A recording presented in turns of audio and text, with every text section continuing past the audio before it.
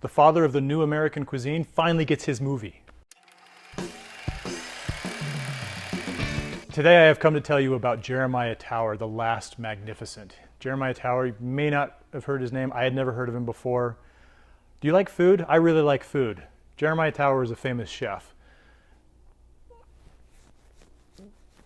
And this is a movie about his food. So The Last Magnificent is a documentary about this famous American chef who is basically credited for revolutionizing the American cuisine back in the 70s and in the 80s. And he had two different restaurants that he worked at that were very, very high end and very high scale. And I'm guessing that I could never afford to eat at either one of them.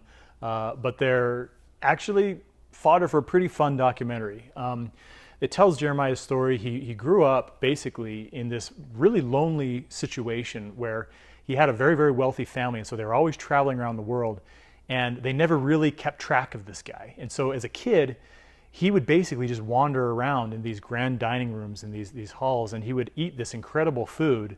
And he actually mentions at some point, and this is really, really sad, but he actually says that food became his best friend. Unlike a lot of us, though, he was able to take kind of a sad thing and turn it into a real positive, because later on when he went to Harvard and as he tried to figure out his career, he wound up becoming a cook. Like this is actually kind of funny. It sounds like a tangent, but at one point it talks about how he was trying to become an architect, and he actually studied architecture.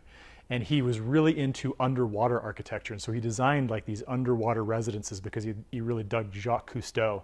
But I guess it was this tremendous failure because they were like, dude, underwater residences, you're a nutcase, right? And so he had to abandon that and then just kind of discovered that, oh, hey, I'm actually a really, really good cook. So he winds up going off to this place in Berkeley and gets a restaurant there. And so he was there, and that was where he hooked up with this other cook that the two of them basically created the new American cuisine. I'm not sure what that means, because to me, American cuisine is burgers and fries, neither of which are necessarily American, but whatever. And later on, he wound up having a falling out with the first place, and he went to a place that's called Stars, and I do specifically remember that it was called Stars, much easier to remember. This was a restaurant in San Francisco during the 80s that was kind of the place to be, and he went out of his way to make a restaurant that was a total entertainment venue all in one. It was, you wouldn't go to dinner and then a movie, you would just go to dinner and that was the place to be. There was an incredible 80-foot bar, there was this open kitchen, and there was just all kinds of energy, and politicians and regular Joes and all these people all together. And it was a tribute to the cafe society that he really adored. Then he just walked away from it. And a lot of the documentary about The Last Magnificent is about the different reasons that he may have quit, may have walked away. I won't go into them here.